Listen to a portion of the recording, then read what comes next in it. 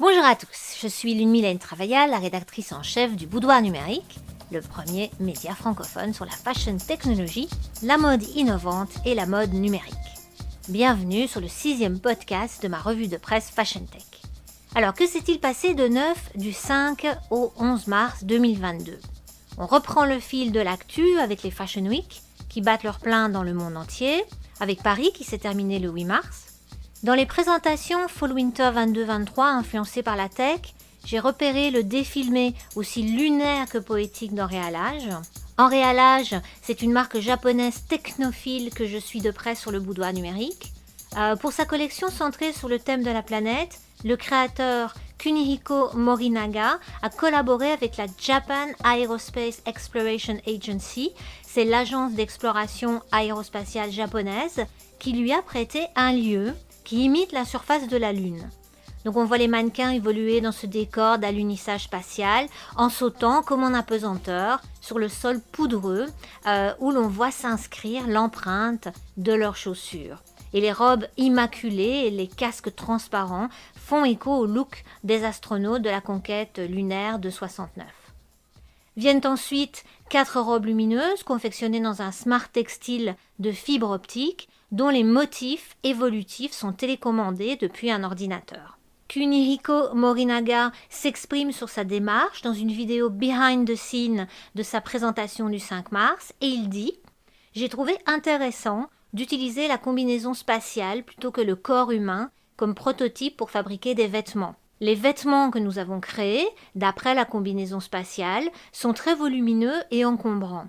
Mais une fois sur la terre ferme, l'air s'en échappe et la force de gravité génère des drapés, des fronces dans les silhouettes. Donc c'est ce que l'on voit dans la seconde partie du défilé que je vous suggère vivement de regarder. Toutes les images sont sur le Boudoir Numérique. Le défilé Stella McCartney, lui, a eu lieu le 7 mars au centre Pompidou avec une invitée surprise en la personne de Minnie, le personnage de Disney.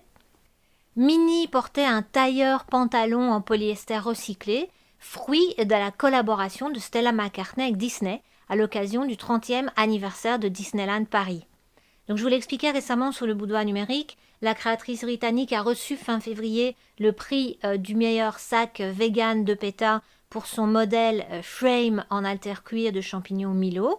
Eh bien, le lendemain du défilé, à l'occasion de la Journée internationale des femmes, Stella McCartney en a profité pour poser avec Minnie pour un portrait conjoint. Et sur la photo, on voit que Minnie porte justement le sac Frame Milo dans cette version végane et plus durable du sac. C'est une manière sympa de populariser une matière innovante cruelty-free comme le mycélium, les racines de champignons, auprès du grand public. Donc tout ça nous a amené à la mode végane. Et puisque je vous parlais, en évoquant Stella McCartney, des prix de la mode végane 2022 de PETA, eh bien, l'association de défense des animaux a envoyé un communiqué de presse aux journalistes le 10 mars. Et cela pourrait mettre en avant sa collaboration avec Minuit sur Terre. Minuit sur Terre, c'est une marque de maroquinerie éthique qui a reçu le prix de la mode masculine 2022 de PETA pour ses chaussures, ses ceintures, ses portefeuilles en alter cuir de pomme ou de céréales. Le fruit de cette collaboration entre PETA France et Minuit sur Terre est la basket végane et plus durable Virvolt Lapin. Dans son communiqué, PETA France explique que les sneakers sont fabriqués dans un mélange de matières végétales et de fibres synthétiques recyclées et que les lacets sont faits à partir de bouteilles plastiques recyclées repêchées dans la mer Méditerranée. Et les baskets sont disponibles en modèle femmes et enfants sur le site internet de Minuit sur Terre. À noter que j'ai aussi reçu un autre communiqué concernant de la maroquinerie végane et plus durable. Il s'agit d'une marque que je ne connaissais pas mais que je suis ravie de découvrir. Elle s'appelle Rive Claire, c'est une nouvelle venue franco-suisse lancée en 2020. J'ai été me balader sur le site internet de Rive Claire et j'y ai trouvé des sacs en apple skin, l'alter cuir de pomme de l'entreprise italienne Frumat, donc une matière innovante alternative au cuir qui lui est issu de l'exploitation des animaux. Et il y a d'autres sacs en matière plus durable et toujours végane. La marque communique notamment sur son sac besace Medium Nomade en apple skin, qui est sorti en novembre dernier.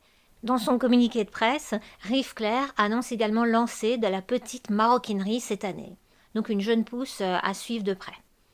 Enfin, en mode numérique, la vogue des NFT nous apporte chaque semaine son lot de nouveautés. Je ne peux pas vous les expliquer tous. Retenez simplement que la marque italienne Diesel en propose dans son projet Diverse jusqu'au 17 mars et que Gucci a également développé le projet 10KTF Gucci Grail. Tout est expliqué dans un FAQ sur le site dédié de la maison italienne. Pour terminer, j'ajouterai 2 choses. Tout d'abord que l'incubateur Les Ateliers de Paris a lancé son appel à candidature début mars. Je vous ai déjà parlé de cet incubateur du bureau du design de la mode et des métiers d'art de la ville de Paris dans un podcast précédent. J'évoquais la designer Claire Elliott qui a développé son projet de bureau de design Fashion Tech dans cet incubateur. Ben, vous pouvez faire comme elle. Si vous êtes designer, artisan ou créateur de mode et que vous êtes porteur d'un projet de création d'entreprise, vous pouvez déposer votre dossier jusqu'au 14 avril prochain. À noter aussi que les candidatures sont toujours ouvertes pour le concours Andam Fashion Awards 2022. C'est quoi l'Andam? C'est l'Association nationale pour le développement des arts de la mode. L'Andam organise chaque année un concours pour donner leur chance à de jeunes stylistes sur la scène de mode française et la scène internationale. Pour y participer, les candidats peuvent déposer leur dossier en ligne, notamment pour le prix Innovation Andam, destiné aux startups qui travaillent sur des projets innovants et technologiques appliqués à la mode. L'inscription au concours est ouverte jusqu'au 31 mars. Voilà, c'est tout pour cette semaine. On se retrouve bientôt pour la prochaine revue de presse Fashion Tech du Boudoir Numérique. N'hésitez pas à laisser vos commentaires, suggestions, infos et autres coups de cœur. En attendant, comme le dit Monsieur Spock, live long and prosper. Live long and prosper.